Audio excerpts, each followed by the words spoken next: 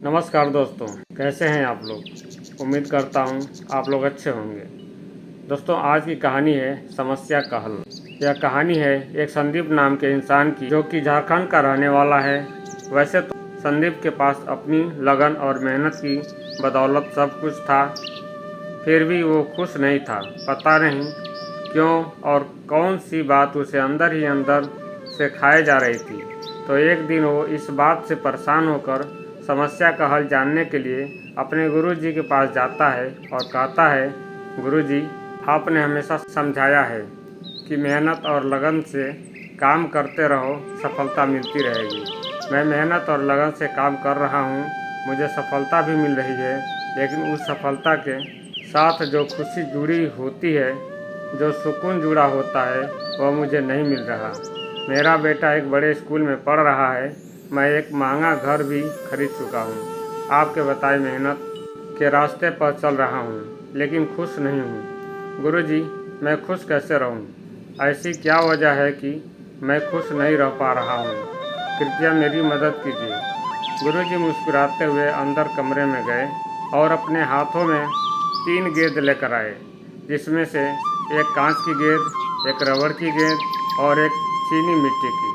गुरुजी ने उन गेंदों को संदीप के हाथों में दिया और कहा, तुम इन गेंदों को लगातार एक के बाद एक हवा में उछालते रहो और किसी भी समय कम से कम एक गेंद हवा में जरूर होनी चाहिए। संदीप थोड़ा हैरान तो हुआ, लेकिन गुरुजी की बात मानता चला गया।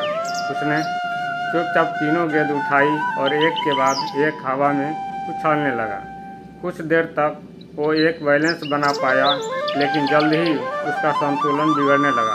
उसने जैसे तैसे कांच और रबड़ की गेंद तो पकड़ ली, पर अब वह चीनी मिट्टी की गेंद पकड़ता तो कोई न कोई गेंद नीचे गिर जाती। अब ऐसे में उसने तेजी से निर्णय लिया और रबड़ की गेंद को हाथ से छोड़कर चीनी मिट्टी वाली गेंद पकड़ ली, क्योंकि वह उन तीनों गेंदों में सबसे कीमती थी और रबड़ की गेंद नीचे गिरकर भी टूटती नहीं। मतलब रबड़ की गेंद फेंकते हुए उसने कांच और चीनी मिट्टी की गेंद को बचा लिया, पर फिर भी वह निराश था कि वह गुरुजी का दिया काम ढंग से नहीं कर पाया। गेंद गिरते ही वह गुरुजी की ओर पलटा। उसने देखा कि गुरुजी मुस्कुरा रहे हैं। गुरुजी उसके पास आए और उससे पूछा, बेटा, बताओ, तुमने रबड़ की गेंद को क्यों गिरने दिया? कांच की या चीनी मिट्टी वाली गेंद क्यों नहीं?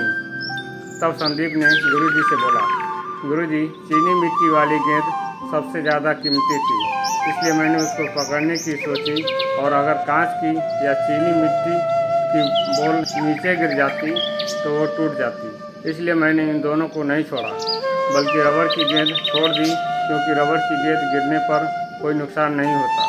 गुरुजी उसका जवाब सुनते हुए फिर मुस्कुराए और बोले, बेटा, तुमने अपनी समस्या का समाधान खुद ही ढूंढ लिया। यह तीनों गेंद तुम्हारे जीवन की प्राथमिकताओं की तरह है। यह चीनी मिट्टी वाली गेंद तुम्हारे परिवार, तुम्हारी सोच और तुम्हारी भावनाओं की तरह है। यह कांच का बाल तुम्हारा काम, तुम्हारी नौकरी, तुम्हारे पैसे, तुम्हारे सुख सुविधाओं के साधन हैं, और यह रबड़ की गेंद तुम्हारी उन चीज़ों की तरह है जो अगर तुम्हारी ज़िंदगी में ना भी हो तब भी तुम आराम से जी सकते हो। जैसे कि तुम्हारा महंगा मोबाइल, महंगी कार या कोई महंगी घड़ी या फिर महंगे शौक। तुमने अपनी ज़िंदगी में कांच की गेंद और रबड़ की गेंद दोनों को महत्व दिया। तुमने एक से एक महंगी चीज़ें इकट्ठा कर ली। भौतिकता की चकाचौंध में तुम इतना खो गए कि अपने परिवार की तरफ, अपने रिश्तों की तरफ, यहाँ तक कि खुद अपनी भावनाओं की तरफ भी ध्यान नहीं दिया। इसलिए आज तुम खुश नहीं हो। मेहनत करते रहो, आगे बढ़ते रहो, लेकिन अपनी प्राथमिकताओं को स्पष्ट रखो।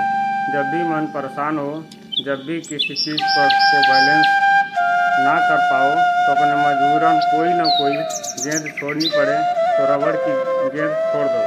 खुशियाँ नहीं रुकेंगी, पर आज तुम ही नहीं संदीप, बल्कि ज़्यादातर लोग रबड़ की गेंद को इतना मजबूती से पकड़ लेना चाहते हैं कि चीनी मिट्टी और कांच की गेंद उनके हाथ से छूट ही जाती है।